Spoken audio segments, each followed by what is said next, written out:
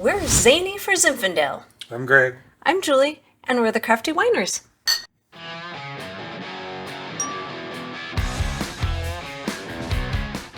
We usually drink wine when we're doing wine videos, but we just did some cider tastings, and we still have cider. And we didn't want to waste it, of I've course. got holiday cider, which is really yummy, and she has Pumpkin pie.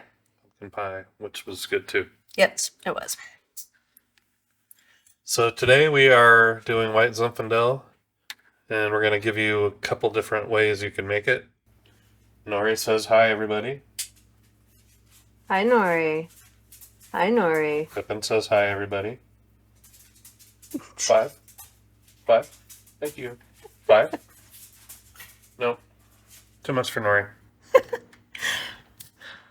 Okay, so I always like to do a little research on wines, and this one is particularly interesting. At least I think it is. Maybe you won't, but Because it was a mistake. yeah, and the way we're going to be making this is the only way we could actually make it at home. The large wineries have different ways of doing it, but they have the equipment to do it. Okay, guys. Sneeze fest. Sneeze Which fest. means that they're mock fighting. So, White Zinfandel is actually made from the same grape, the Zinfandel grape that produces the red variety, the bold, strong red that we all know. White Zinfandel was created by accident in 1975 by Bob Trinchero. Thanks, Bob. He was a winemaker at Sutter Home Family Vineyards. Sutter Home Winery was producing premium Napa Valley Zinfandel red wines, and the winemakers would usually bleed off some of the grape's excess juice to increase the concentration of the tannic compounds in the red wine. They would give it a bigger, bold flavor. You know how Zinfandels have that real bold flavor. That's how they accomplish that. The leftover juice would then be fermented into a dry style wine that was labeled White Zinfandel, though it was actually technically a rosé. But in 1975, one batch of White Zinfandel didn't fully ferment by accident, resulting in a lower alcohol wine with a larger amount of sugar.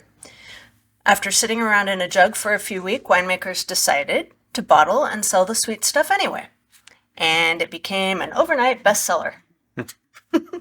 The originally named, I'm going to mess this all up, the original name of it was Oil de Perdrix, which is French for Eye of the Partridge. Don't ask me why in the heck they called it Eye of the Partridge. Are they pink? Partridge's eyes? Let's just say that they must be. Okay. However, the United States required an English description on the label, so they renamed it White Zinfandel. It actually outsold regular Zinfandel 6-1. So it's not Zinfandel, really, and it's not white either. Nope. And it's not actually Good even name, technically a rosé. So, anyway, it outsold regular Zinfandel, the red variety, 6-1, and at one time was the third most popular wine style in the country by volume. I hope Bob is getting a commission. Go Bob! These days, this pink stuff still sells around 10 million cases annually. So it's still really popular. It just kind of, I remember in the late 80s, 90s, it was super popular. I know one person in particular, a friend of ours, that likes it. Yep, that's pretty much all she drinks. Let's see, what else do I have? Oh, so ironically, the success of the White Zin helped save thousands of acres of old vine Zinfandel, which would have been torn out. So they got lucky. They didn't get ripped out of the ground. They're happy. White Zinfandel is low alcohol, typically around 11%, and has enough residual sugar to drink as an aperitif. Except for ours. But also, it has enough acidity to pair with food. And it pairs well with cured meats and fresh seafood. I will say that I'm not a huge fan of white wines, but this is one that I could definitely drink because it's got a lot of flavor and it's a little A little sweet. sweet. It's I would call it the gateway wine. Mm. It's the first wine I ever drank, was White Zinfandel, over ice. So this That takes must- you to the major leagues. Mhm. Once you get tired of it, you Yep. go to the dry wines. White Zinfandel, the gateway wine. So that's the end of my facts. I thought it was kind of interesting because the whole thing was an accident. But it turned out good. Yeah. So we do make this a little different than Sutter Home, but I'm going to tell you how you can make yours closer. And the reason why is the concentrate that we use has too much sugar to be 11% right out of the bag, so to speak. So we make ours a little bit higher ABV, and we like it to be a little more flavorful than what Sutter Home is. When I drink Sutter Home, it seems a little bit watery to me. I think so too, yeah. In fact, I've played with trying to make ours closer to theirs by adding water, and I can get pretty close to their taste by adding water to our wine, our full flavored wine. Well, they purposely keep the alcohol volume, the alcohol percentage down to, I think theirs is 11. So they do dilute it, I'm sure. Ours is going to be closer to, it's probably going to be over 12% if it goes just to 1.000 dryness. The way you could get to Sutter Home, though, is to add more water to the concentrate, and then you can lower the ABV that way, and you can make it a little bit pinker and a little bit lighter consistency. But we'll get into that here in a minute. I guess we're ready for that now. Yes, we are. So we are using, there's a lot of times I have a hard time sourcing just concentrate. This is not the first time we've had to get our concentrate by way of a wine kit. So the other things they put in the wine kit, such as the sorbate and I'm not sure what else they put in here. Actually, acid blend, probably? Yeast. Anyway, those go into our refrigerator in a drawer that is reserved for wine kit ingredients. So if we run out of our bulk ingredients, we can break into that and get, in a pinch, get more yeast or sorbates or whatever. So the manufacturer, a wine expert on this, basically says that you need to use 45 ounces per gallon of the concentrate. That's what we're going to do in ours because we do like the taste of that better. But that's going to end up, because of the amount of sugar that's in this, and we'll show you what I'm talking about. We'll demonstrate this, but the amount of sugar that's already in this concentrate, you're going to end up with around a 12.8% ABV, not 11, which is what Sutter Home is. So if you want yours to be closer to Sutter Home, then you're going to want to use less concentrate, and it's around 36 ounces to make it a lighter 11% ABV white zone. But we don't like the taste of that as much as we like this, the full 12.8%. So that's how we're going to make this.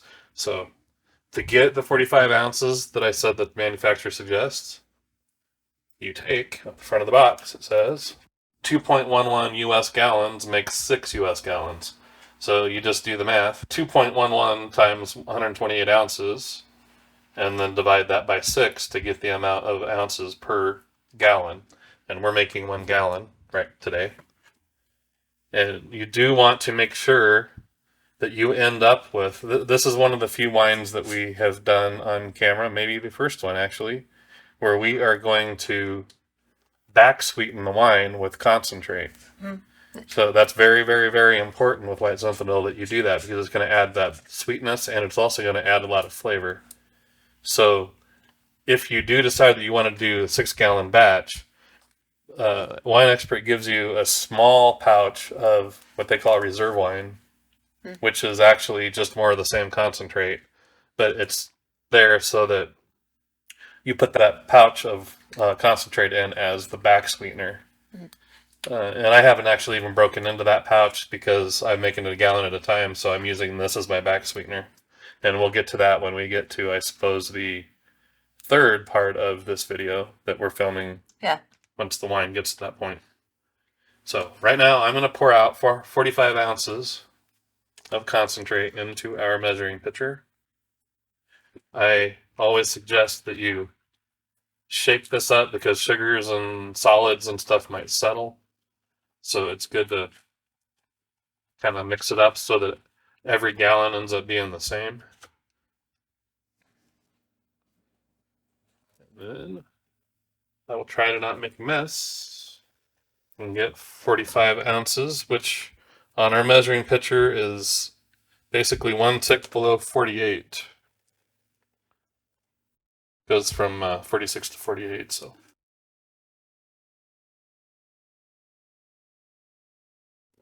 I'm going to call that 45. And again, this is where we are showing you the stronger, higher ABV version. If you want one that's closer to 11 and closer to Sutter Home, you would do 36 ounces. So now we're going to fill this up with water to the 96 ounce mark. And we already know what the specific gravity is going to be on this, or at least within a point or two, because we've made this several times. But we're going to do it, the measurements for your benefit. And if I hadn't mixed that up, it's possible we would end up with a pour of concentrate that had a different sugar amount. But because I usually remember, I think it'll be consistent with what we've done before. So I got this to 96. Now I'm going to use our pumpkin gutter to mix this up really good at the 96 mark. If you don't know about hydrometers and stuff, I will link a video showing how to use a hydrometer and what a specific gravity is and all of that fun stuff. Everything has been sanitized in Star San, and we have a video on that as well. We have videos on all kinds of things. The list just keeps growing. So now I'm going to take the specific gravity, which tells me how much sugar is in this. And again, I already know what it is, but we're going to show you how to do it. Watch, it's going to be different just to play with you. So we use our tool at craftywiners.com/tools to tell us how much sugar to add. But in this case, we're not going to be adding sugar, I know, because there's already so much sugar in here that it's going to be higher ABV than what we want, which, let's just say we wanted 11. Well, we can't do 11 because there's too much sugar. We would have to stop fermentation before it completed to stay at 11%, and we're not going to do that. So using our tool, our specific gravity at 96 ounces, which is 3/4 full, is 1.124. 4.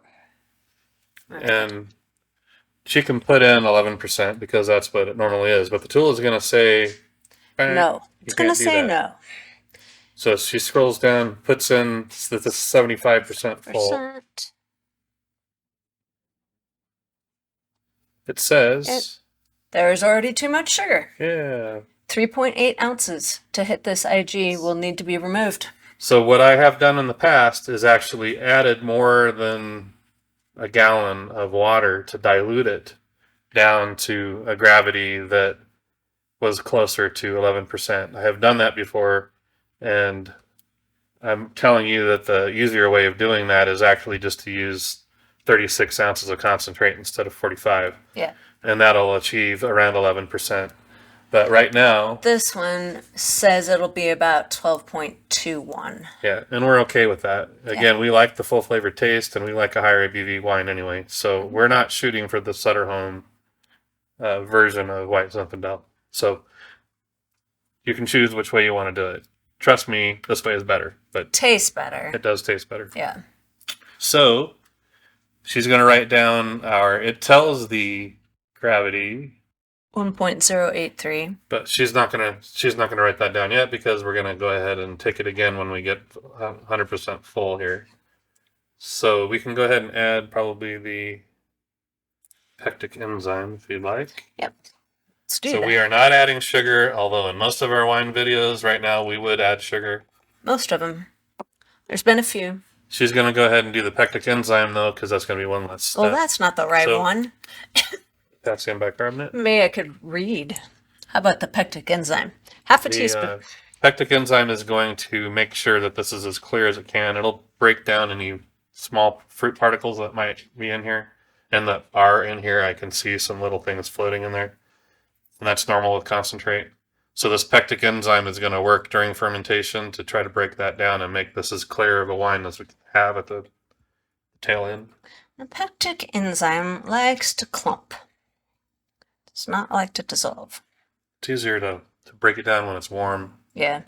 The concentrate just came out of the fridge, and the water is room temperature, so it's a little bit cool water, which doesn't help. There's nothing wrong with sticking that in the microwave for A little bit. 10 seconds. 10 seconds or something to warm it up, make this easier. Yeah. But the other thing is that the pectic enzyme does not need to be completely dissolved.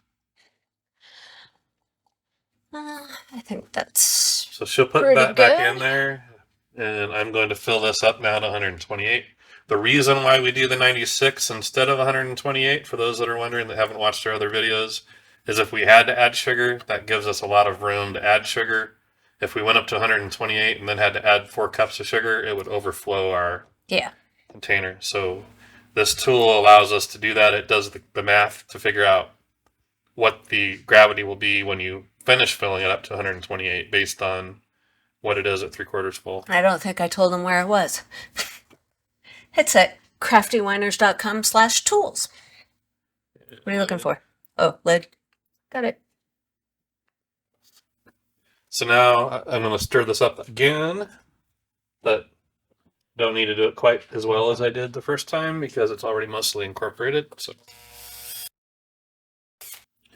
and now we will do a quick specific gravity reading for our initial gravity, which is the most important gravity reading that you'll take during this process. And that and the end one.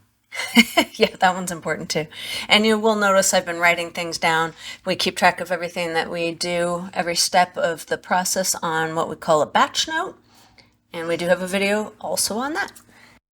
Pumpkin gutter, as cool as it is, sometimes introduces a little bit of foam that you have to try to read through. It's not usually too tough.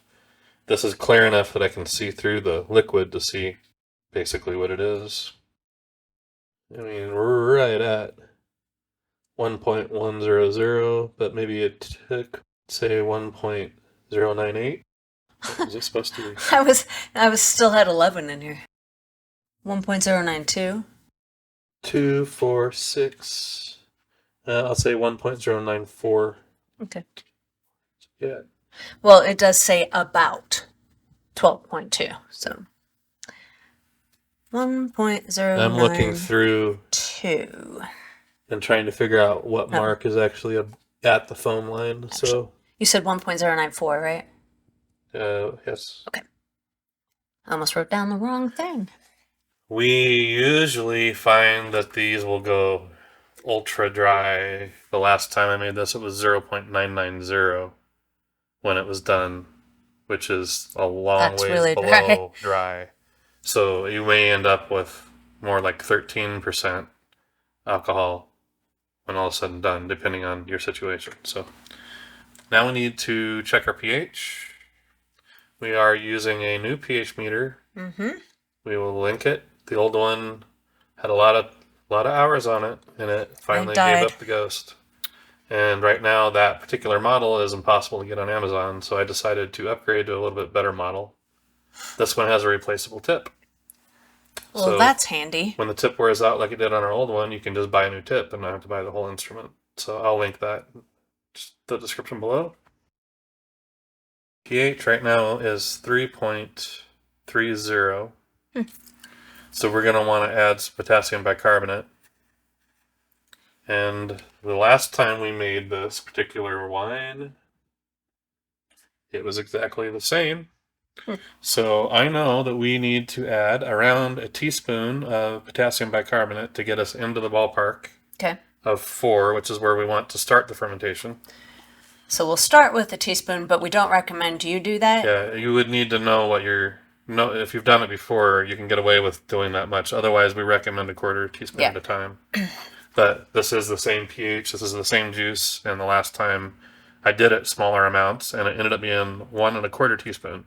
I'm not thinking that we want to do exactly the same amount to start with. We'll do 1, and then assuming that we're still a little bit below 4, we'll do another 1/4. Can I have some juice, please? So that's what she said. It is what I said. So I'm going to put, since I have the half teaspoon out, I'm going to use that and do 2 of them. It's crafty of you. Oh, that's why they call us the crafty whiners, right? And we Ooh, wine. look at that. Yeah, this is like the little vinegar and baking soda thing. The more acidic it is, the more it's going to foam when you put stuff in it. And this is quite acidic right now. Yeah, 3.3. The reason we want it to be around 4 is that yeast like it between 4 and 6. That's their good range. If you go too low, which is going to naturally happen during fermentation, it could stall the fermentation. So we like it at 4, and then it will lower during fermentation, get closer to around 3.8 that we want for shelf stability and bottling. I know some of that settled in here. I think I got most of it out, but potassium bicarbonate likes to just kind of fall to the bottom.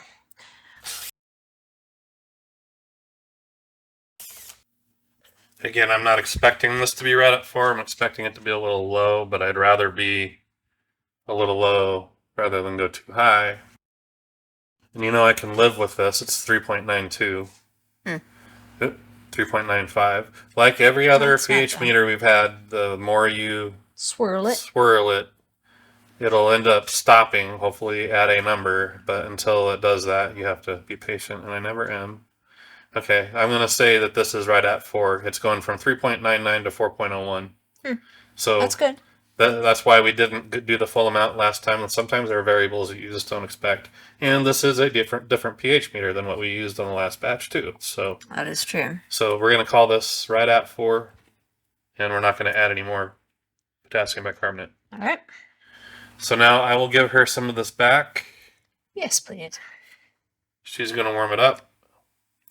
I am for 10 to 12 seconds in the microwave. Kind of depends on the temperature that it comes out at. So this one's going to take a little bit longer because it came out of the fridge. I'm going to, while she's doing that, clean off my pH meter so that this doesn't dry on it. Okay, so I heated this up for 12 seconds in the microwave. The reason for getting it warm is twofold. One, we use GoFirm, and it dissolves a whole lot better if the must is warm. And 2, the yeast likes it warm. GoFirm is used to hydrate the yeast. It gives the yeast a really good head start, gives them a lot of nutrients that they need. You don't need to do this, but our wines come out better, quicker by using it. Mm-hmm. For sure. And the other side of this is if you use the GoFirm to hydrate it, you don't put Fermento in, which is what we used to use at this stage. But you don't use the Fermento until, in this case, the 5th day. The yeast that we're using and the fact that we're treating this as a white wine in every way, we're going to ferment this at a cool temperature. In our case, it's around 55 degrees. Mm-hmm. If this was a red wine, we would do it much warmer than that. But the white wine, using the Fresco cider yeast that we're using, we're using either way on that, it's good with the low temperature. Yeah. And this will probably take 3 weeks or so to ferment at the low temperature. Mm-hmm. You don't need to do it that cool. You can do it at a higher temperature. It'll be fine. It'll just happen quicker. And in some cases, it may not taste as good as our lower temperature fermentation gives us, but we've worked to this point over a lot of years. All right, I got it pretty mixed up. And then I'm going to sprinkle a bit of yeast in there, and this is Red Star Premier Blanc. Again, just treating it as a white. If you've got another white wine yeast that you like to use, go ahead and use it. You don't need to use this particular one. This corner is not very big. I don't know if I'm going to be able to get much out of here. Okay. Now that I can get the yeast out, I'm going to put it in here. This is a yeast that we have opened sometime in the past, and it could have been quite a while in the past. One reason why we do the hydrating as we do in a measuring cup like this is that we can warm this up for 2 hours, keep it warm, and make sure that it does start. Because there is a chance that this yeast has gone bad from being open for possibly a couple months. I think I used it for natural carbonation recently. Probably, but we don't know for a fact. The point is that by not pitching the yeast right into our must and by keeping it in a measuring cup like this for a couple of hours, we'll know that the yeast is active before we put it in here. It's not wasting time. So I'm going to go ahead and put our wine must into our carboy. And I like to just dunk it a little bit, not stir it, don't stir it, but just to kind of get it hydrated.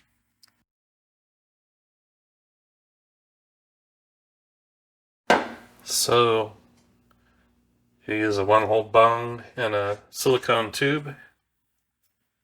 The other end of the tube is going to go into the star sand bucket that we've been using for sanitation today, and that ends up being what we call a blow-off tube. So if this gets really frenzied and tries to overrun the top of this, which it might, It's likely. it will end up going out the tube into the star sand, and it's not going to get all over our fermenting shelf. The other end of the tube being in the star sand doesn't allow any bugs in through it, microscopic or otherwise. So it's a very good way of doing our airlock. So we're going to put both of these right now into a very warm area in front of a heater that will warm them up to about 85 degrees. 2 hours after this has been sitting at 85 degrees, we'll go ahead and pitch it into here, and that will start the fermentation process. 5 days after it starts fermenting, then I'm going to degas this. You can do it either by swirling, stirring. I use a food saver, and we've got a video on why and how much better that is. I'll add a teaspoon of Fermento, and then I will add oxygen back in.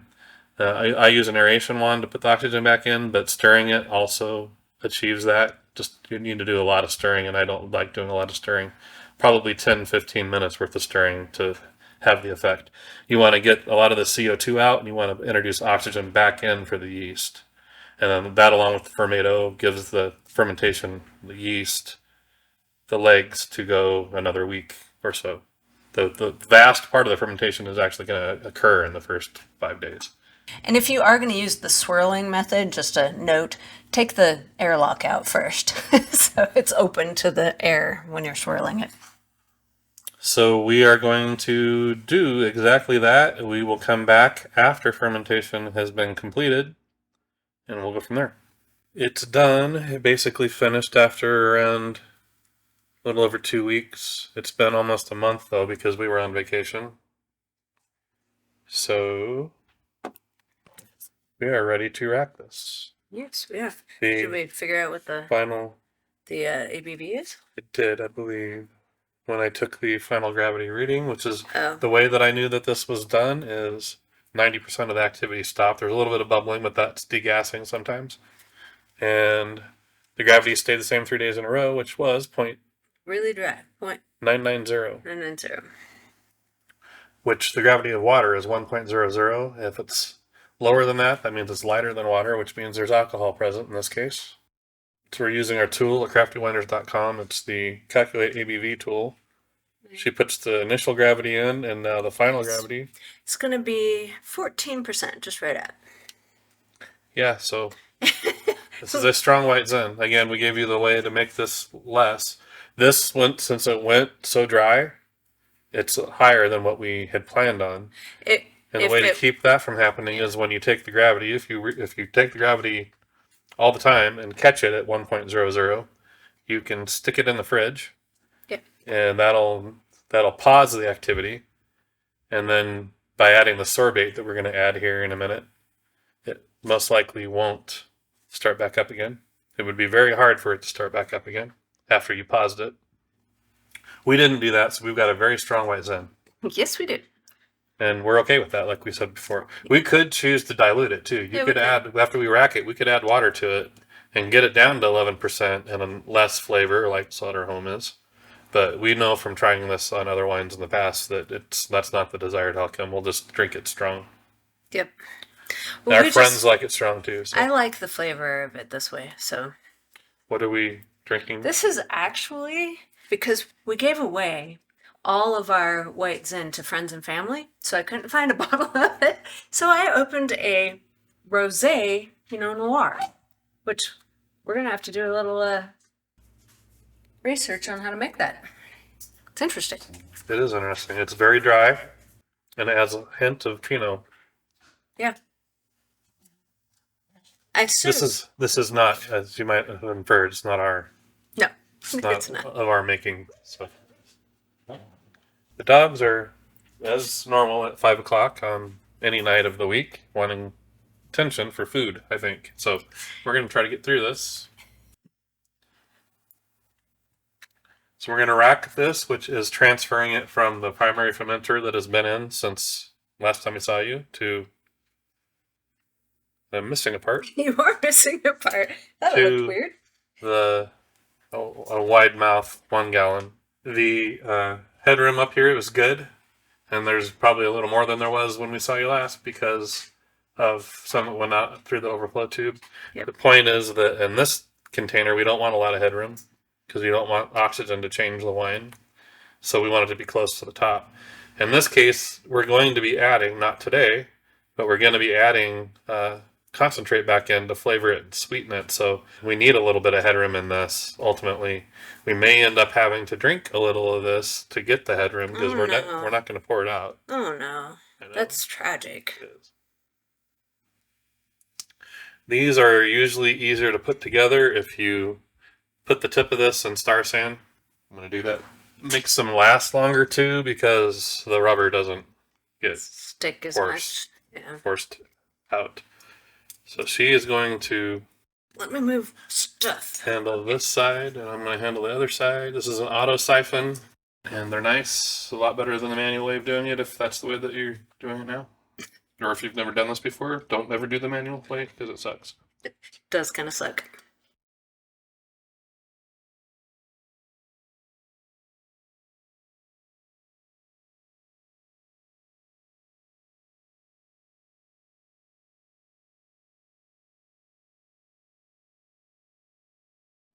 The whole point of racking is to get the wine out of the jar and keep the sediment, which is called lees, in the old container because we don't want it anymore. That's dead or sleeping yeast and nutrients and bad tasting stuff that you don't want in your wine.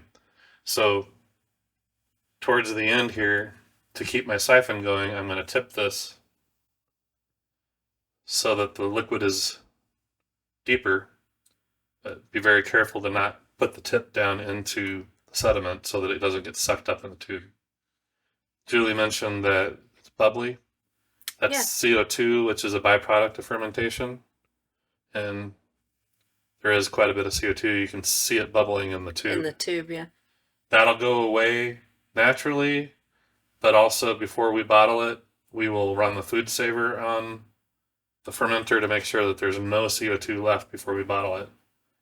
On ciders and seltzers and sparkling wines, champagnes, whatever, we don't worry about it as much because we're going to carbonate it again anyway. But this one we want to be completely still. And speaking of still, my siphon I think stopped for some reason. Yeah, it did. I'm not sure why. Easily fixed. It's not as easy to not suck up sediment when you fix it. But... You didn't.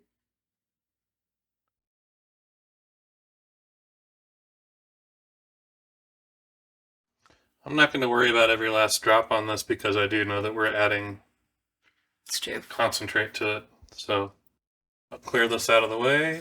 We'll do the next step.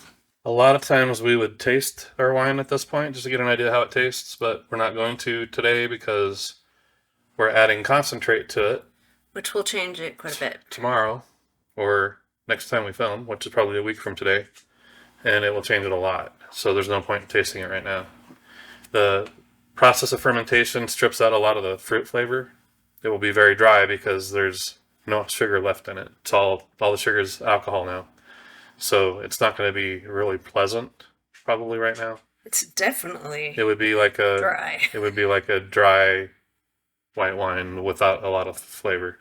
But putting the concentrate back in is going to fix that. And again, if you want yours to be pinker like Sutter Home, the 36 ounces of concentrate would make it a lighter wine. When you have it in a gallon container like this, it still will look darker than a little bottle of Sutter Home. Yeah. But this is much darker than Sutter Home. So I am going to take a little bit of this out and put it in my measuring cup so I can mix all this stuff. Well, almost all this stuff. That should be good. Then I'm going to put 1/8 of a teaspoon of queso salt in here while I mix the rest of the stuff in here. And there's a reason for that. The queso salt needs a little bit of time to work by itself. An hour is what's recommended. We don't do that when we're on camera just because we don't have an hour to wait. Yeah, so the wines that we make when we're filming sometimes don't come out as clear as the ones that we make when we're not filming because of that. But Oh, I'm missing a spoon. The 1/8. ta-da! Ta-da! Okay, I'll go ahead and put that in here. Then I'm going to stir it to get it incorporated. And again, when you do this, you should let it sit for an hour or more. But we're not going to do that because we're filming. Dogs are hungry. I'm hungry. Me too. So I'm going to put the rest of the stuff in here, which is chitosan, bentonite, potassium metabisulfite, and potassium sorbate. I'll zoom in on this so you can maybe see it. We'll put the measurements up of all of this too. The foam that's coming from this is CO2 and whatever others. There's some other minor gases that come from fermentation. You don't want those to be in your wine when you bottle, but there's still quite a bit of time probably between now and when we bottle it, and a lot of that is going to already be gone. But I will use the food saver on the container before I bottle just to make sure. I can go ahead and check the pH while she's doing that. I have so many things to measure. All the stuff. We want this pH ultimately to be 3.8 or lower before we bottle. And we like to do some of the adjustment now rather than wait to the last minute. Part of the reason for that is that gives the adjusting compounds time to drop to the bottom, so they don't end up being at the bottom of the bottle. We want them to be at the bottom of this jar now. And I don't know if you can multitask, but our pH is 4.16. I can multitask, but can I stir and write at the same time? That's a good question. Stir with your left. It's like walking and chewing bubble gum at the same time, or patting your head and rubbing your belly. I'm not very good at that. What was it? 4.16. So we want to drop it a little now. The concentrate that we add is going to drop at 2. But this is wine, so we want to use tartaric acid. And guess which one I grabbed? Malic acid, which is for ciders. So 4.16 to 3.8 is quite a large drop because of the way that the pH scale works. It is... I'm waiting to see if she logarithmic. He just didn't want to say it, so you're making me say it. That's a 1/4 teaspoon right here. So I want a 1/2 teaspoon because that's such a large drop. I'm gonna do 2/4 because she's using the half. Well, the half was in the chitosan, so it's probably wet. Yeah, try not to cross-contaminate. We usually do pretty good at not cross-contaminating our ingredients, especially the wet ones to the dry ones. And she's going to write down that 1/2 teaspoon. 1/2 of TA, tartaric acid. Not to be confused with total acidity. And now we pretend, so you got all your ingredients, right? I got all my ingredients. All of these are important. We've got bentonite, chitosan, and quesosol, which are clearing.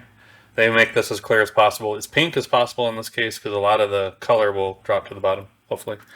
The potassium sorbate is the one that its main purpose is to make it so that the yeast that is in here right now, that is still alive, cannot multiply to start a new fermentation. So it basically keeps it asleep. Any new yeast that's added could start fermentation again, but that's another story. So, but this will make it so that when we add sugar, which is what our concentrate that we're going to add flavor and sweetness with has sugar, fermentable sugar. If we didn't add this, there's a good chance at room temperature that this would start fermenting again. And not only is that bad if it's in bottles, really bad, it also regular wine bottles will take the sweetness that you added and turn it into alcohol. So it's not going to be sweet anymore, and it's going to have more alcohol. This is a high enough alcohol content that the odds are a little bit low, but it's always better to be safe than sorry. So that's what the sorbate does.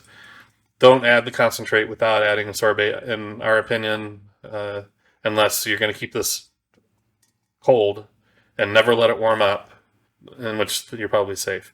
Potassium metabisulfite basically makes it so that the oxygen for yeast is starved a little bit. That also makes it so that the fermentation can't start again, and that also adds some SO2, which will help protect the wine for longer term. We won't keep any white wine for more than probably a year. No. We don't make enough of it so that we can get through it, or we give it away or whatever, but you don't want to probably keep a white wine for 5 years anyway. But potassium metabisulfite will increase the odds that it would last 5 years if you chose to do that. But it is optional for people who don't want to put sulfites in there. So this is a very pink color. That's not on purpose to make this pinker. No, that's just how it That's turned just out. because that's how it turned out. But I'm going to pour that in. a lot of this will end up at the bottom before we see you again. When we see you again, most likely that'll all be at the bottom. Yep. And this will for sure be a different color because of the clearing agents. It will be a lighter color it for sure. lightens up. So we need to wait, you need to wait 24 hours to let that sorbate make the yeast go to sleep. Stay asleep. I like the Pied Piper. In this case, it's going to be at least a week because we only are filming once a week right now. So I'm going to take the pH again. We want it to be closer to 3.8. Doesn't need to be exactly 3.8 because we are going to add concentrate still that will lower it as well. But what was it? It was 4.16. I'm stirring it to make sure I stirred it up enough, Carrie, because it didn't drop as much as I expected. pH can be unpredictable. Very unpredictable. And it is harder to go down than up.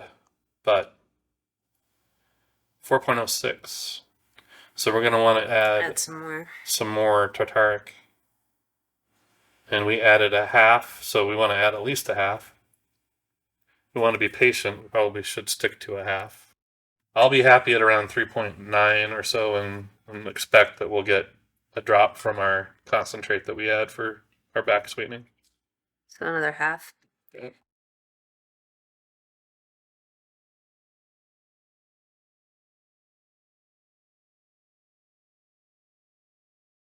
When you're stirring this in the situation where the fermentation is done, it's best to not introduce a lot of oxygen. So whatever that means, just try to not agitate it more than you need to. Don't use the pumpkin gutter, in other words. Yeah, the days of the drill are over because the oxygen can oxidize the wine.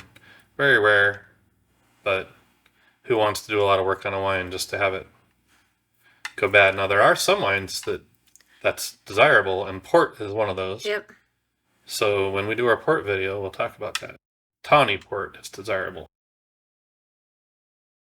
It's 3.90 now. So like I said, I think we can be okay with that for right now. Before we bottle it, we want it to be 3.8, but we'll take it again after we add the concentrate. She'll probably put a note on the batch note to remind us, since again it will be the next time we film. You only need to wait 24 hours after the sorbate is in there to back sweeten, so you don't need to wait the week that we're waiting. But we are only filming once a week right now. So we will see you in a split second. Okay, it's been well over a day. It's actually been about 7 days. And this has cold crashed while we were waiting, so we are ready to rack this because there's a bunch of sediment at the bottom that we don't want to carry over. And then we will add our flavor and sweetening concentrate. And this again is 14% White Zin, so that's a very strong one. But we have an added bonus. After we rack this, we have a lighter version, which was 11%, that we're also going to rack, so you'll get to see this twice. I like the stronger one better. I think I will too, but we're going to taste them both side by side. I was just, predicting the future that I'll like the stronger one better.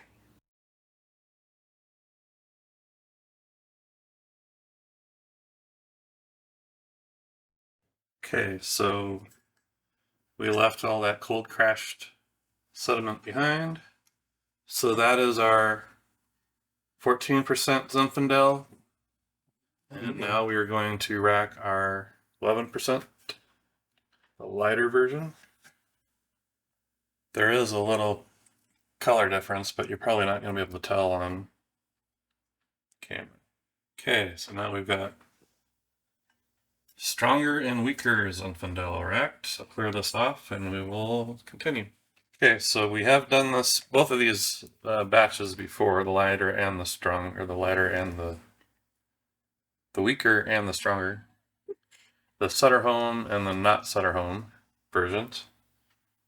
So we have a starting point in mind. It's come out good in the past, so I think we'll stick with that at least until we taste it and decide we want more.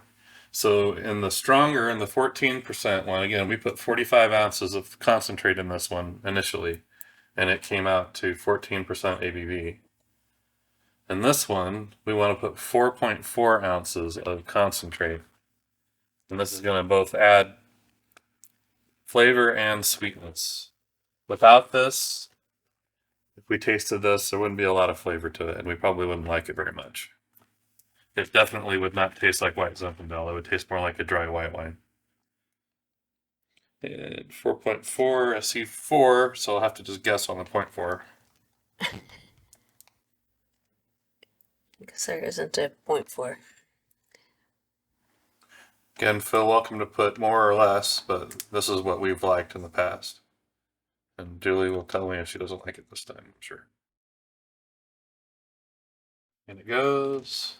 You can see how much that is. It's not a lot, but it's going to take care of our headroom problem. Got a sucky thing to get all the juice out. I was already with the spoon. And then I'm going to stir it up. And before we taste it, we're going to check the pH and adjust it if we need to, because there's no need to taste it if the pH is too high. We are drinking a dry red wine of some sort right now, so it's going to be different. It's cab, I think. Okay, so we'll check the pH.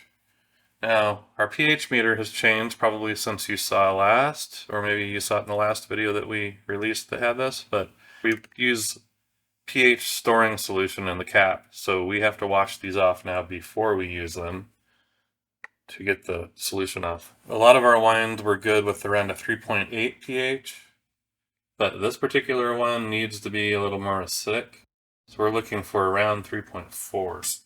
Now, we didn't want to test this until after the concentrate was in there because it's going to change it a little bit. Didn't change it much. Right now we're at 3.94, so we need quite a bit of adjustment.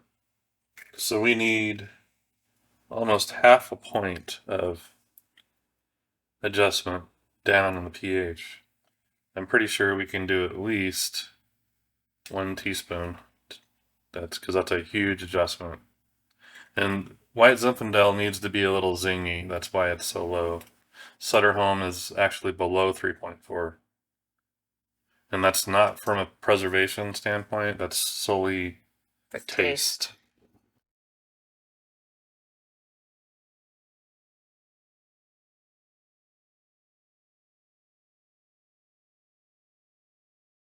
We are now at 3.7. So that 1 teaspoon. Didn't do a whole lot. No, but I didn't expect it. We're adding a lot of zingy. 3.67 is what it finally settled at. So we're going to need at least 1 more teaspoon. And after that, with 2 teaspoons of tartaric acid, there definitely is going to be a flavor difference. So I think we might taste it at that point regardless of what it's at. See if we want to keep going. Good thing is that we will probably know about how much to put into the other one to adjust it, because we've done it on this one. It should be pretty similar. very similar. There's some CO2 that I'm seeing as we're stirring this, so we'll definitely want to get rid of that before we bottle. You can do that using our food saver. Do that by letting it sit for another month probably, or we can do a lot of what I'm doing right now, stirring it out. 3.46. I think we tasted at that. That's probably going to be good. close enough to 3.4 as long as the taste is what we're looking for. Probably want a couple tastes since we're drinking something totally different. I gave away all the White Zinfandel. I didn't have any to pour in our Our glass. White Zinfandel was popular last time. It was. Yeah, it's a switch. I don't think I'd want to put more tartaric in it. Mm-mm. It's definitely got a It's zingy. zing. Yeah. Flavor, sweetness. I like the flavor. Maybe I need like one more taste for the sweetness level, but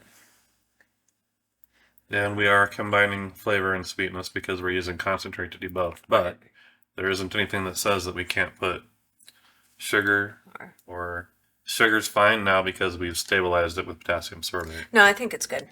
I think it's good. I just had to get that first. My taste buds puckered with the the zinginess, but This yeah, is good. I like this better than Sutter Home. Oh, Again, yeah. this version, it's got more flavor and it's higher ABV. So this one, we're going to call good. I say it's good.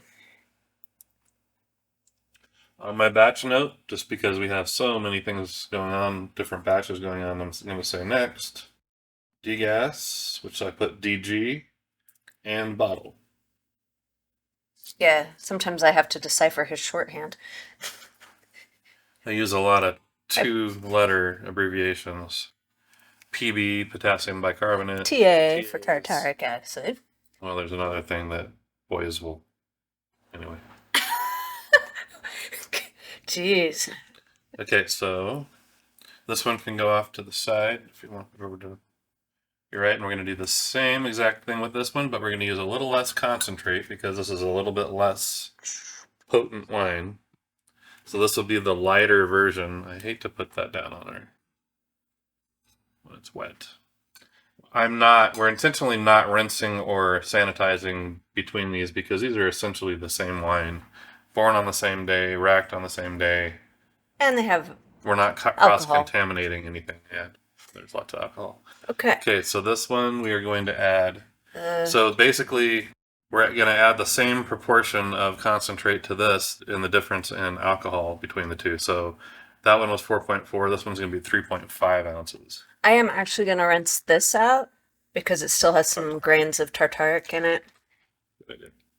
Okay. I will point out that this may never become the exact pink that Sutter Home is, but the reason why it's a lot deeper color right now is because there's a gallon of it. If you put this in a smaller bottle, it lightens up.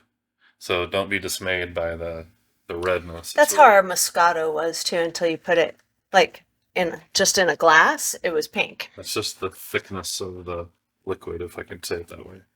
Okay, so now I'm going for 3.5. Oh, I can't see. And I have a 2 mark and a 4 mark. So I'm going to kind of go right in the middle and a little above that.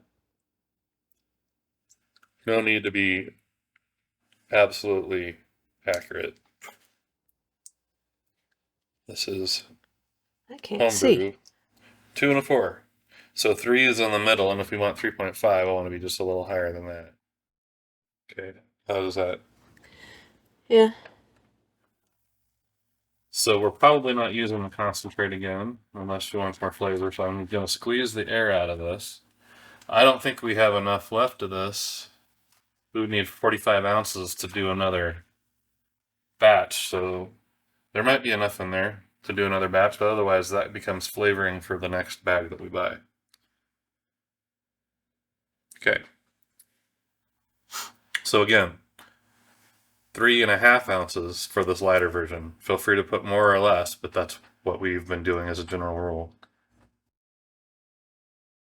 And then we will take the pH, and assuming that's about 3.9, we're going to put 2 teaspoons. We're prepared.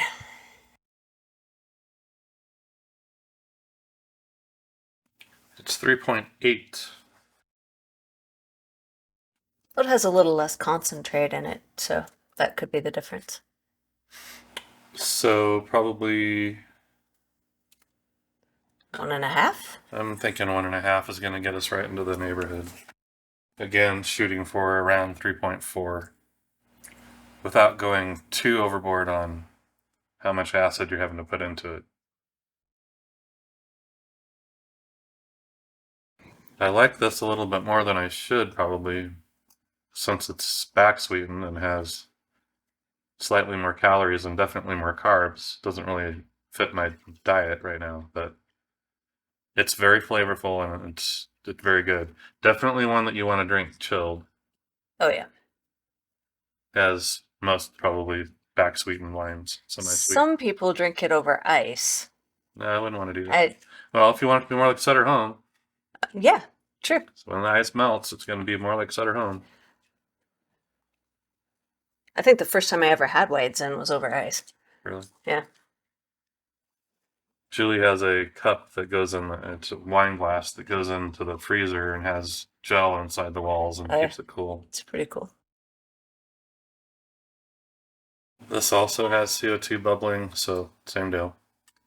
Definitely don't want to put it in bottles while there's CO2 still dissolved in it. Unless you're after a sparkling white zin. I've never had that. I don't think they really make that, but you could. We could try it. Got lots of white zin right now.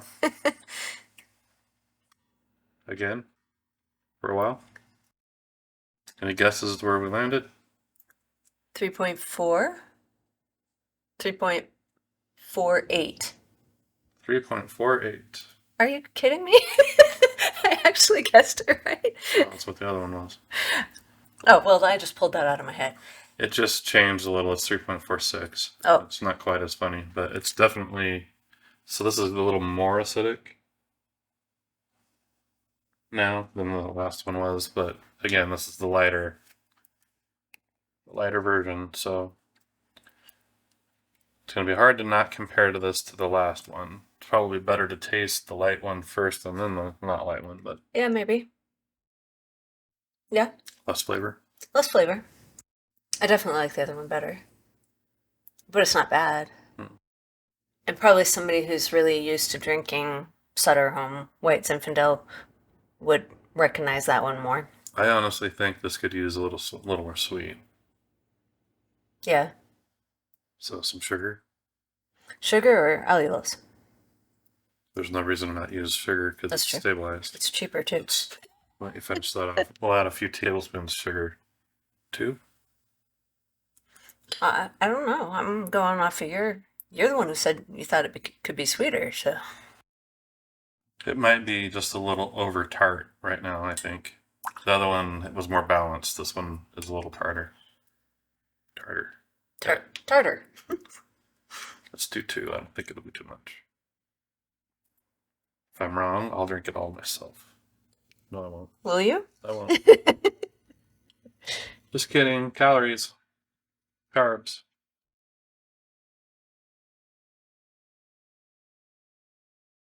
If you didn't follow our complete recipe, you don't want to add sugar if you didn't add potassium sorbate.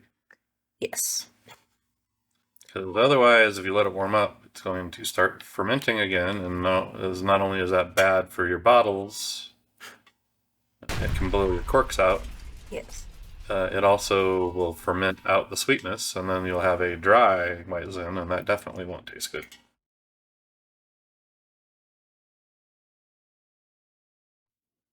Yep, that's good. That's the ticket.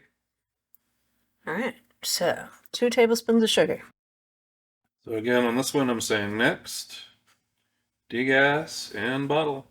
I'm glad you explained what DG was, because I would have been stumped. Usually DG goes along with oxy, which is oxygenate.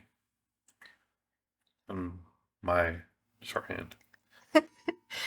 So that's it. That's how we make White Zinfandel. 2 ways that we make White Zinfandel. Lighter and heavier. And you could make even more variations of it by using more or less concentrate. Well, thank you guys for watching another one of our videos. We appreciate you. Please like the video and subscribe to our channel if you haven't already. And if you have, thank you very much for your support. And until next time, cheers.